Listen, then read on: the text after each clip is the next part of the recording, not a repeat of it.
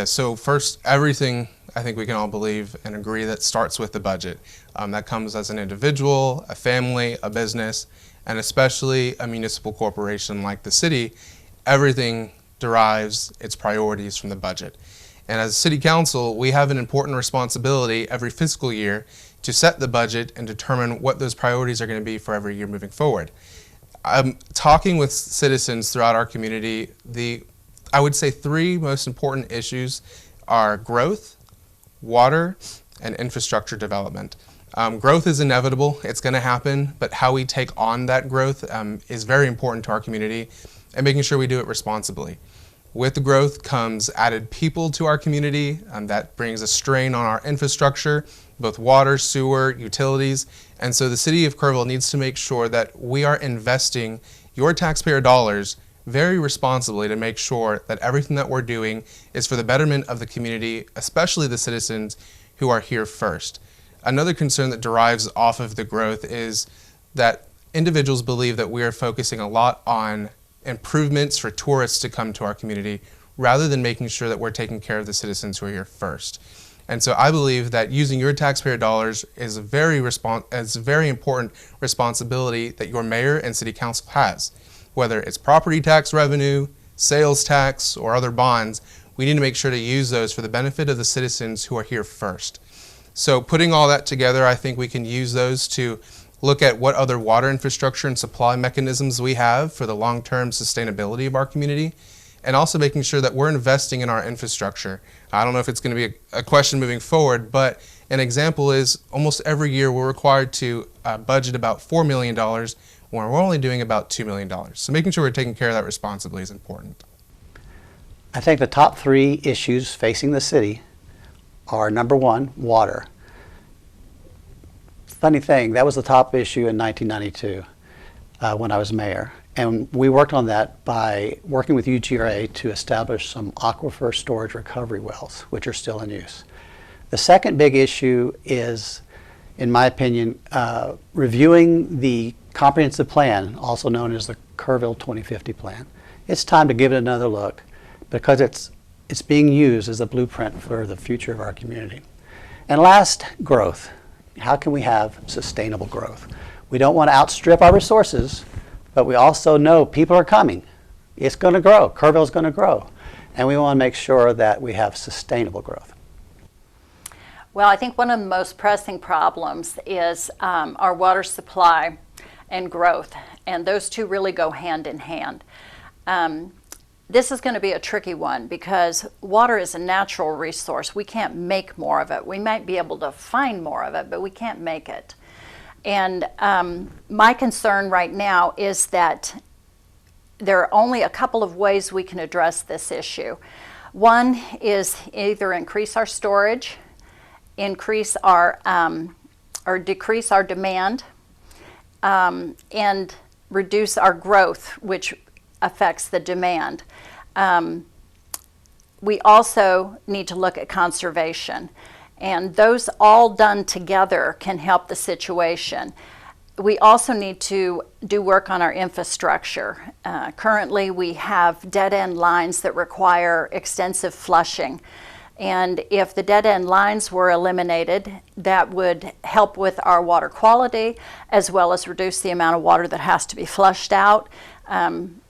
Somewhere, the city manager gave the figure of 26 million gallons a year flushed out onto the ground, and that's treated water, water we've already paid to clean up, and it gets flushed out on the ground.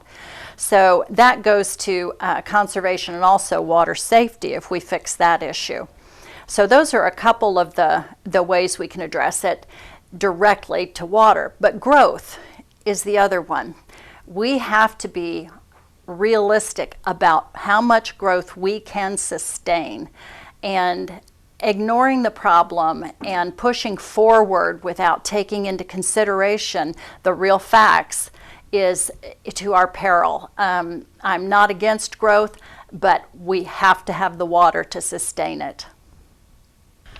Okay, well, first and foremost, safety and security is the priority for me. And we were fortunate enough to get some ARPA funds, and we were able to get sophisticated body cams for our officers. We were able to get a canine unit. We were able to get tasers. And I'm very proud of the fact that we are able to, through the help of our voters, provide a state-of-the-art KPD complex for our officers that should be finished by summer of 2025. That facility passed through a bond election, and as far as other priorities and how we would pay for that, obviously water infrastructure is huge, and we have about $112 million water infrastructure problem. And the way that we will deal with that is kind of the same way you eat an elephant, one bite at a time. We'll take that water infrastructure in segments, and we'll borrow against each segment until we get the project complete. And that's what cities do, because those kinds of expenses are huge, and you cannot save money in order to pay for that kind of stuff. You've got to borrow. Well, I ran for mayor in 2022, and they asked me that question, and I said it was inflation and water.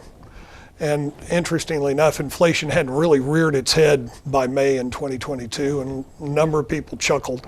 And I'm going to tell you, it's still inflation, and it's still water, and it's a few things besides that. The concern we have now is, and I managed money back in the early 80s, we have not done anything as a nation to thwart inflation. And in fact, we've done everything possible to extend it. And so now we run the risk of going from inflation to stagflation. And unfortunately here in Kerrville, we haven't done the things that you can do in a local community to try and stem that. And that is to pull in your belt, retrench a little bit, get out of some things that probably aren't your core functions for society, and make sure that you try and keep your expenses as low as possible. You know, in the last 2 years, we've gone up by 20% in our property taxes. We're up 65 million more in debt. And so it is going to be more critical than ever for us to be able to really go in and work hard on the budget and make sure that we get value for every dollar that we spend, and also to make sure that we're spending the dollar for the citizens that are giving us the dollar.